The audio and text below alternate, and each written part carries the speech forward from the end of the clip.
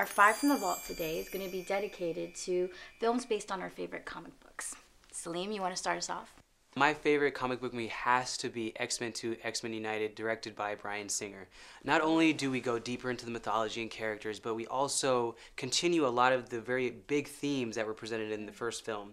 The very first scene where Nightcrawler is beating the crap out of Secret Service in order to send a message to the president of Mutant Rights Now really tells you everything you need to know about this film.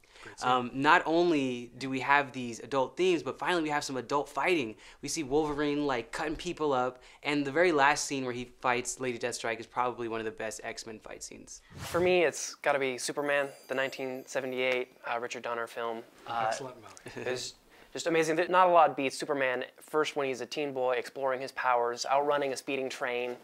And Christopher Reeve was so amazing. He was so charismatic and charming as Superman with his one-liners, and then also Clark Kent and in his just awkward befuddlement. And Gene Hackman is just the perfect champagne villain with just the intellect that puts him beyond civilization. He feels like he has to be a criminal. And he had mad jokes.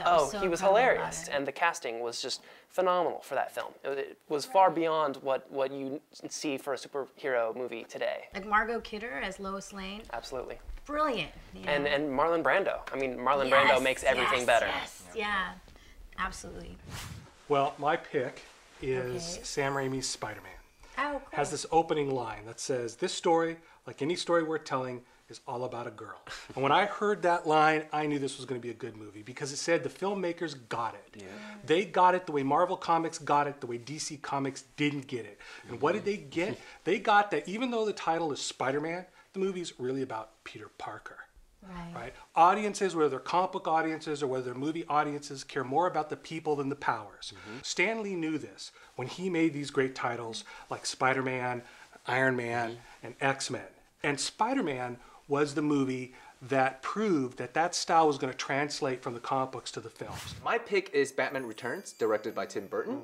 And the reason for that is Tim Burton really brought his own aesthetic and melded it really nicely with the comic book quality of Batman, in my opinion. And you know, instead of Christopher Nolan's version of Batman, where it's more of a tragic heroism, he really brought this dark yet very quirkiness to the film. And not to mention, I absolutely love the villains. I love Catwoman, played by Michelle Pfeiffer. And then you have Danny DeVito as Penguin, which is one of my favorite villains of all time, pretty much. Well, good choice. I definitely agree. Well, the film that I went with, I kind of went a different direction than all of you gentlemen, is by Korean director Chan-wook Park, and it's his film Old Boy. And there's so many comic books that aren't just about comic book heroes, but they're about dramatic situations and engaging human problems, you know. And Hollywood's done a great job with that, with films like Ghost World and A History of Violence. And his take on this Japanese manga was just beautiful. From like amazing editing to like this totally rock and roll palette, and just some of the most unbelievable performances that are horrifying and emotionally searing that you could ever believe. So that's definitely my film. So with that, let's go ahead and like recap what our votes are, shall we? Salim? X-Men 2, X-Men United, directed by Bryan Singer. Okay. Spider-Man by Sam Raimi. Ooh, okay. Batman Returns by Tim Burton. The 1978 Superman by Richard Donner.